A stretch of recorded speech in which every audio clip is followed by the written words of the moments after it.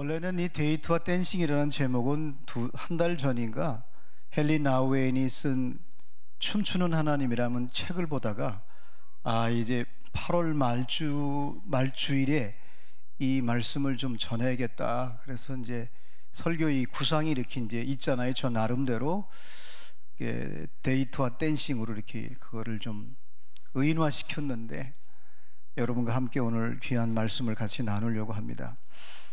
아마 현대인들 가운데 이게 나이 먹은 사람이나 또 젊은이나 아이들도 지금 현대인들이 많이 쓰는 언어 가운데 이 매너리즘이라는 말을 많이 씁니다.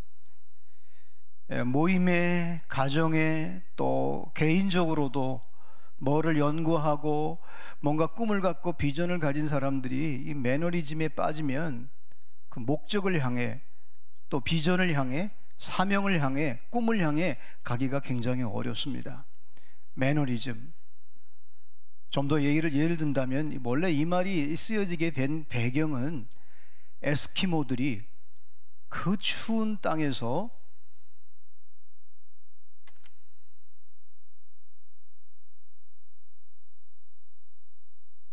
늑대를 사냥할 때 아주 가장 추울 때, 석양이 질 때 늑대들은 이제 드디어 먹을 것을, 먹이를 찾아다닙니다. 그래서 이 사냥꾼은 그 추운 땅의 창에다가 짐승의 피를 바릅니다. 그러면 늑대가 이것을, 피를 먹을 건 줄 알고 달려와서 이 창 끝에 있는 피를 빨아먹는 거예요. 피를 빨아먹다가 너무 허기진 나머지 빨아먹다가 자기 혀가 찔려서 계속 피가 나는데 그 자기 피를 계속 빨아먹다가 결국은 시간이 지나면서 그 창에, 그 차가운 창에, 그 날카로운 창에 찔려서 결국 피를 흘리다가 자기가 스스로 죽어버리게 됩니다. 그러면 사냥꾼이 가서 그 늑대를 이제 끌고 오는 거예요. 자기가 죽는지도 모르고, 자기가 망하는지도 모르고, 자기가 쓰러지는 줄도 모르고 계속 반복해서 하는 행동을 소위 말해서 매너리즘이라고 얘기합니다. 우리는 신앙생활하면서 인생을 살면서 때때로 내가 이러면 안 되는데 내가 왜 이러지? 감춰보려고도 해요. 아닌 척 해보려고도 해요.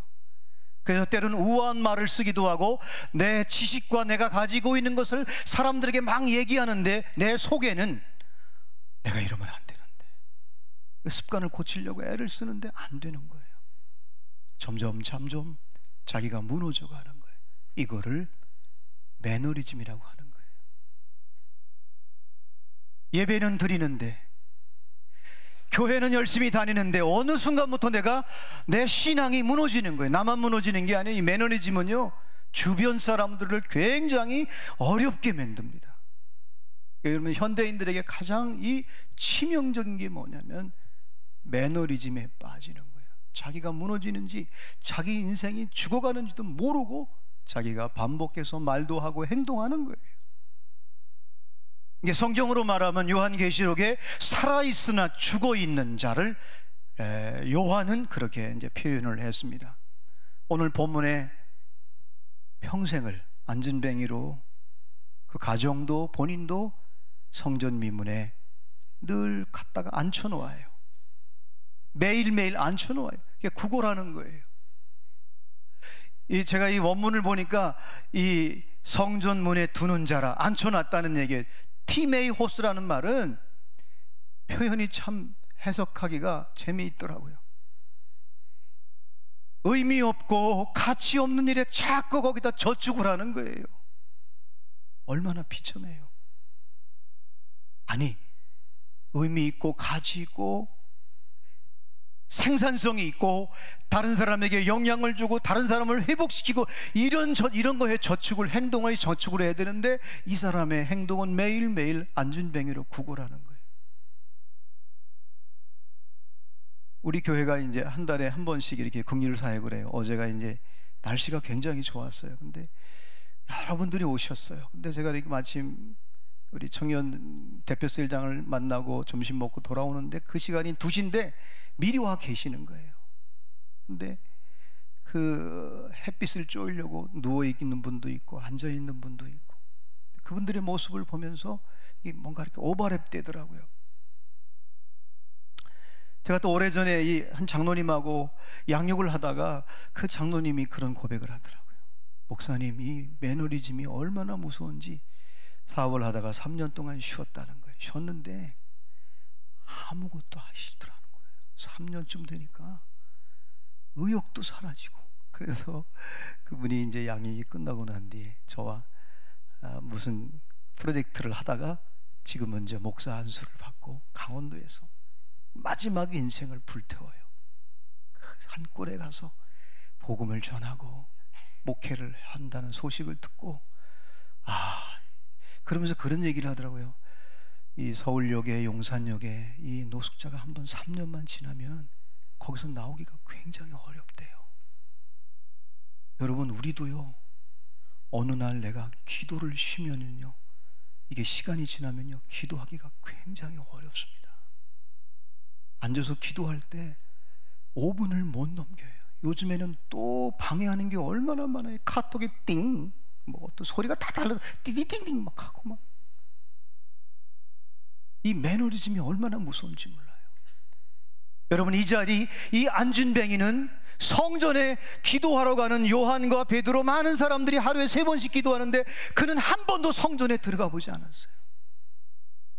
만약에 여러분이 예배드리고 매주 예배드리면서 나름대로 살아가는데 주님의 임재, 주님의 음성을 한 번도 못 들었다고 생각한다면 여러분, 얼마나 내 삶의 신앙이 매너리즘에 빠진 거 아니겠어요, 여러분? 근데 이 안준뱅이는 꿈도 없는 자리, 비전도 없는 자리, 인생의 의미와 가치가 없는 자리를 계속해서 매일매일 사람들이 같이 앉혀놓는 거예요. 저축하고 있는 거예요. 얼마나 속절없는 인생을 살아가고 있어요.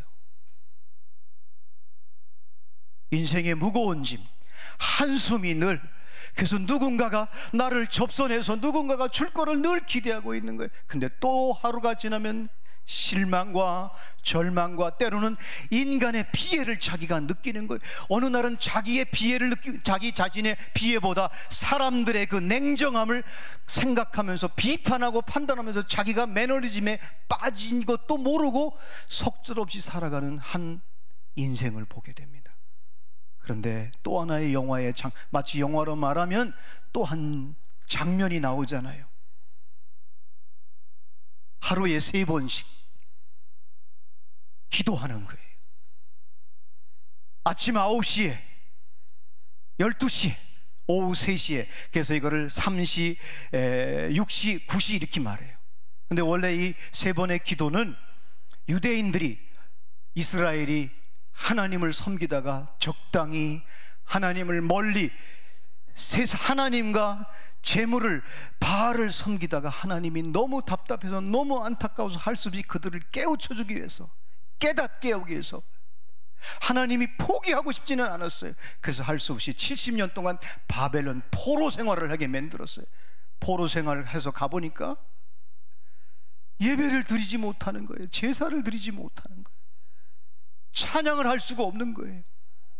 심지어는 그 성가대에서 찬양했던 그 악기를 가지고 이방의 왕에 가서 잔치자리에, 만찬자리에 그 악기를 탈 때 그들이 얼마나 비참했겠어요.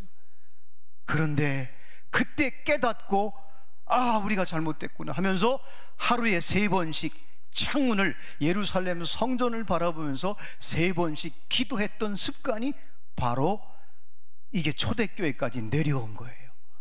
그래서 다니엘도 다니엘서 6장 10절 말씀에 보면은 이렇게, PPT 좀 한번 띄워주세요. 같이 한번 읽을까요, 여러분? 시작. 다니엘이 이 조서에 왕의 도장이 찍힌 것을 알고도 자기 집에 돌아가서는 윗방에 올라가 예루살렘을 향한 창문을 열고 전에 하던 대로 하루 3번씩 무릎 꿇고 기도하며 그의 하나님께 감사하였더라. 이제 이미 습관이 됐어요.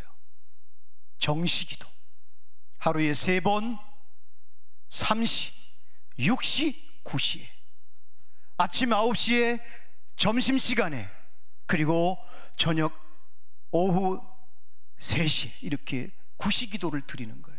여러분 아시는 대로 이렇게 정시기도를 드렸던 다니엘에게 하나님께서 환상을 주잖아요. 그리고 여러분 아신 대로 느부갓네살 왕과 다리오 왕, 나라가 바뀌었어요. 그렇지만 총리를 그는 그 자리에 하나님이 계속 두는 거예요. 그러면서 최종적으로 그에게 이 정시기도, 이 깨어 하루에 3번씩 기도할 때 그에게 영감을 주고 환상을 줬어요. 4가지 환상. 앞으로 이 제국이라는 4가지 제국이, 바벨론과 페르시아와 헬라와 로마의 제국이 앞으로 어떻게 될 거를 분명히 하나님께서 기도하는 그에게 환상을 주었어요. 시간이 없기 때문에 다 말할 수는 없지만 마지막 4번째 환상이 뭐예요? 몸을 비유해가지고 이 엉덩이, 2 다리에 철의 나라였던 로마가 무너지고 갈라질 것을 그거 환상으로 본 거예요. 그래서 다니엘서에 보면은 마지막 4번째 제국의 환상이 뭐예요? 엉덩이 이쪽에 철이 있는데, 철의 나라인데 2 다리가 돼버렸어요.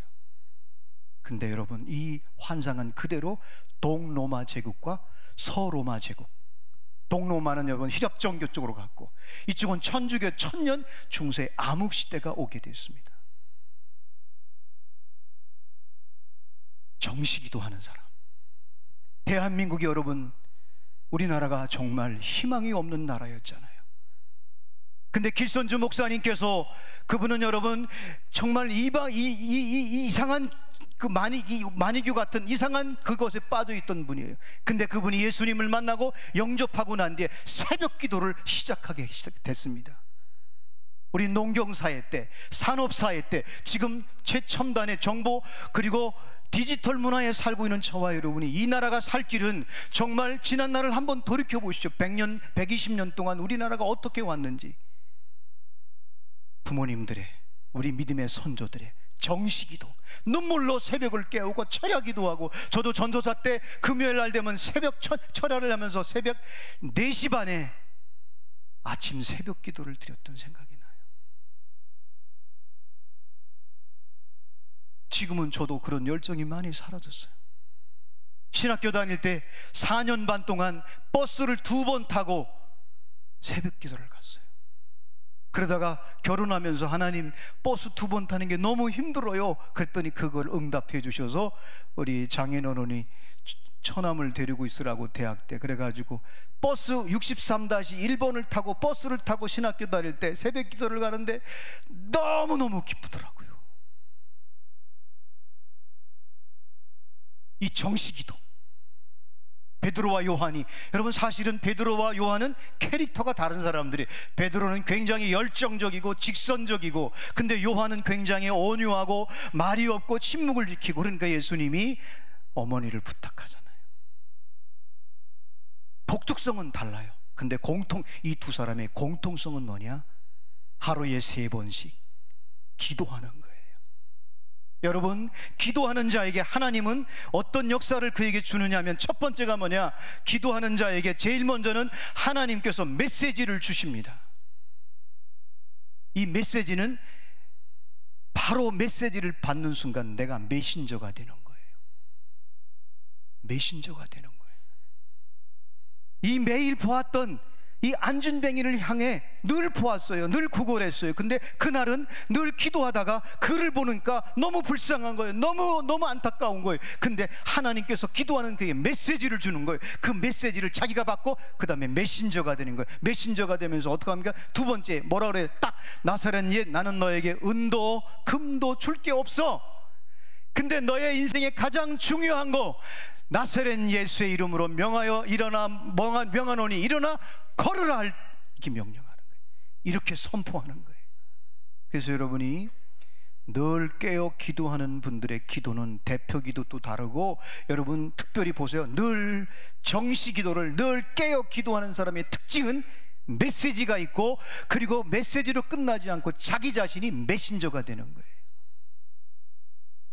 이렇게 기도하는 자에게 주는 첫 번째 역사예요. 2번째로는 여러분 깨어 매일매일 정시 이렇게 하루에 3번씩 기도하는 베드로와 야곱, 요한에게 어떤 거를 주는지 아세요? 절대 시제를 줍니다. 하나님의 때, 아무 때나 하면 되면 안 되잖아요. 성령이 역사할 때, 성령이 강력하게 권능으로 역사할 때 그 타이밍, 그 시점이 있단 말이에요. 그 때를 정확히 알게 합니다, 영적으로. 그래서 베드로가 그냥 지나쳤어요. 카이로스, 크로노스, 누구나 시간, 상대적인 시간은 여러분 우리 모두가 24시간을 살아요.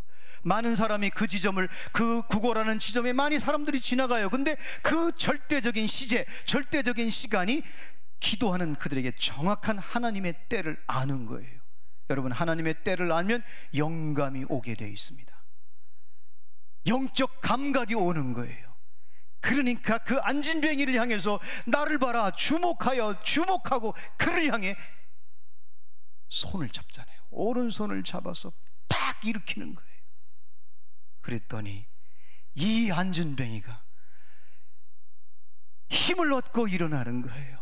걷기도 하고 그 다음에 뛰기도 하고. 어디로 들어가요?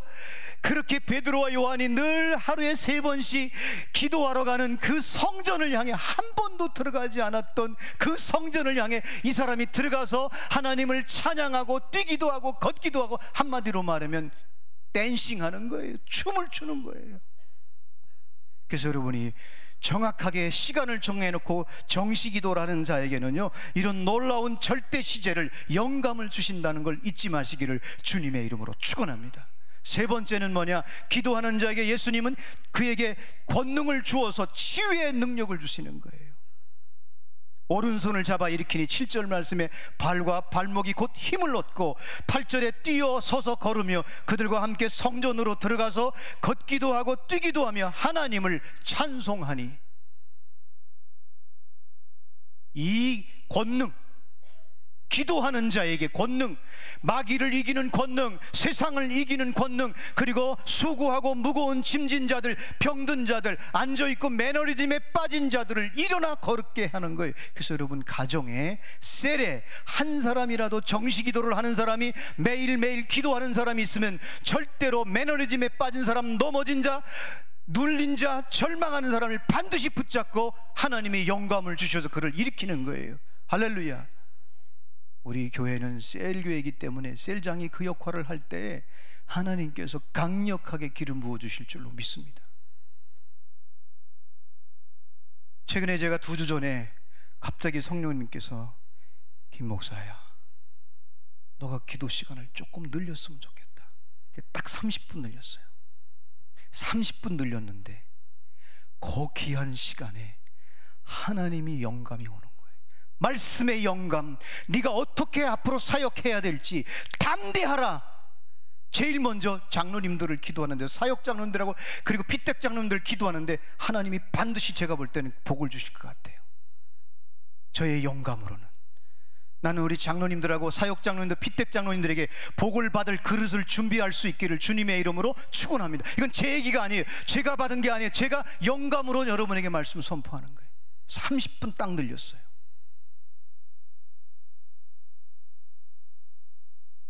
네 번째, 하나님은 기도하는 자에게 그 사역을 계속하도록 증거를 주십니다.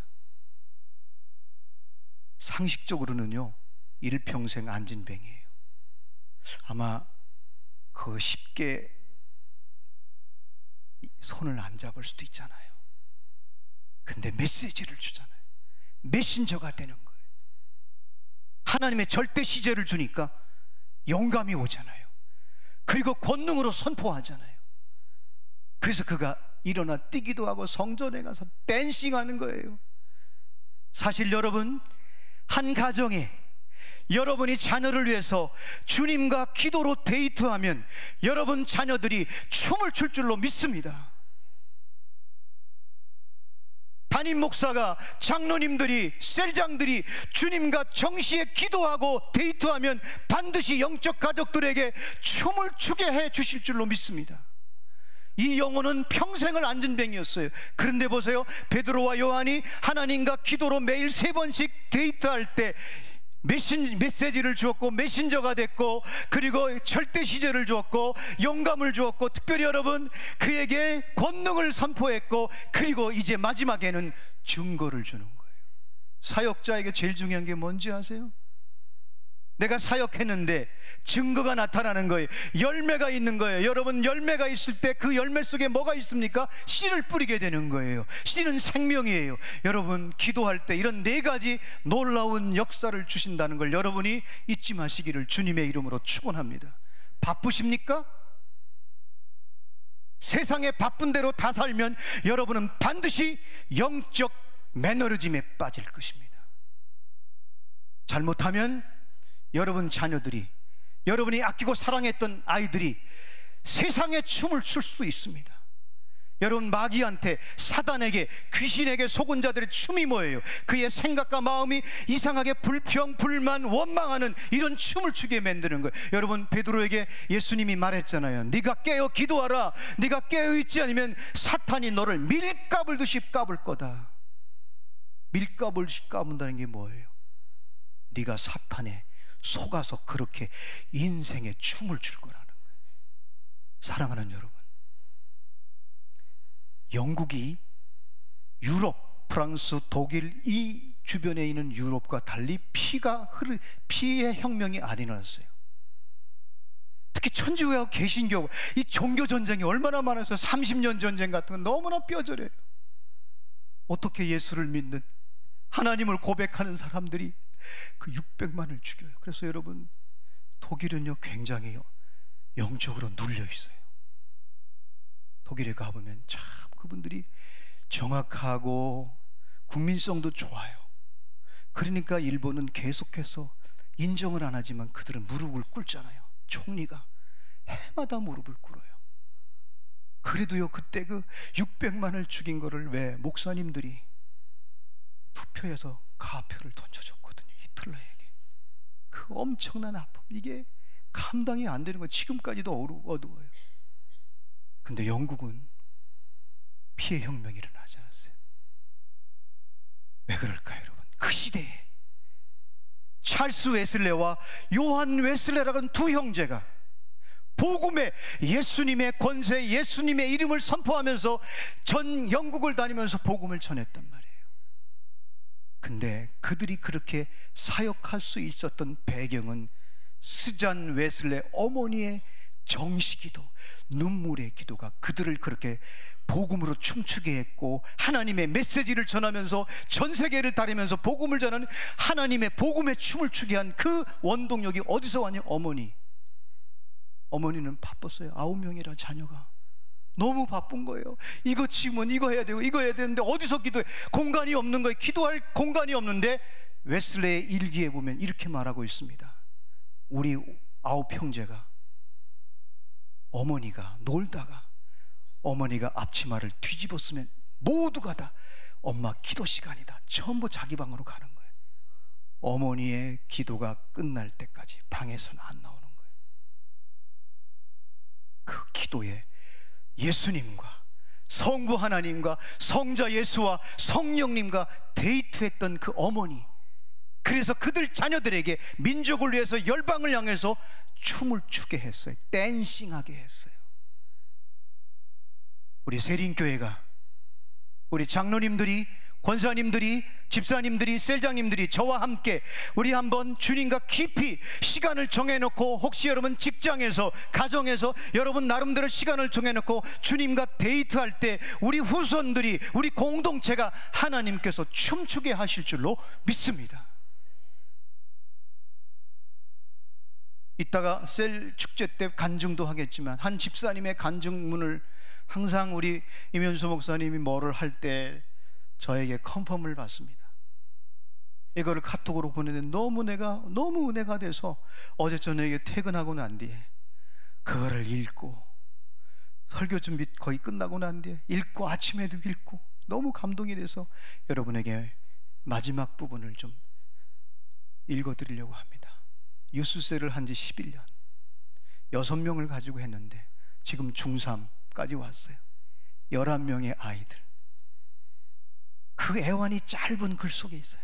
심지어는 2 딸이 있는데 토요일날 셀레브에 드리는데 자기 딸을 막 애들이 때렸어요. 아마 그렇게 되면 거의 셀장 포기하고 싶은 마음이 생길 거예요.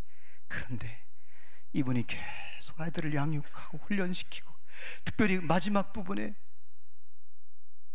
양육하고 훈련했던 아이가 8개월 동안 교회를 등진 거예요. 근데 이번 수련회 때 어떻게든지 수련회 보내려고 그 아이를 위해서 생각하다 새벽 기도에 와서 정식 기도에 와서 기도하기 시작했어요. 그런데 놀라운 것은 그 아이가 돌아왔어요. 이번에 수련회에 참석했어요. 마지막 부분을 여러분에게 읽어드리겠습니다. 11년 동안 아이들과 함께 울고 웃으며 함께 했던 그 모든 시간들이 저에게는 얼마나 축복의 시간이었는지 모릅니다. 지금 저는 2명의 딸과 11명의 자녀를 키우는 부모가 되었습니다. 11명을 자기 자녀처럼 생각하는 거예요. 우리의 미래 세대를 세우는 귀한 사역을 할 수 있게 해주신 주님께 감사와 영광을 올려드립니다. 그분의 표현에 의하면 김정은이가 왜 한국을 못 쳐들어오느냐? 중이 때문에 못 쳐들어온대요. 중이는요 감당이 안 돼요.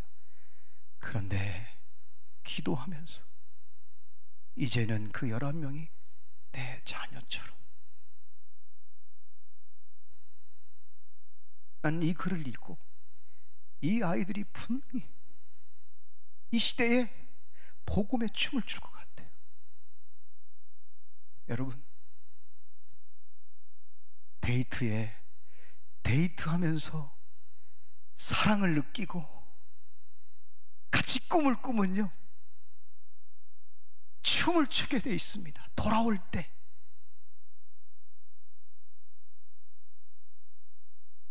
여러분에게 잃어버렸던 주님과의 데이트를 다시 한번 시작할 수 있기를 주님의 이름으로 축원합니다.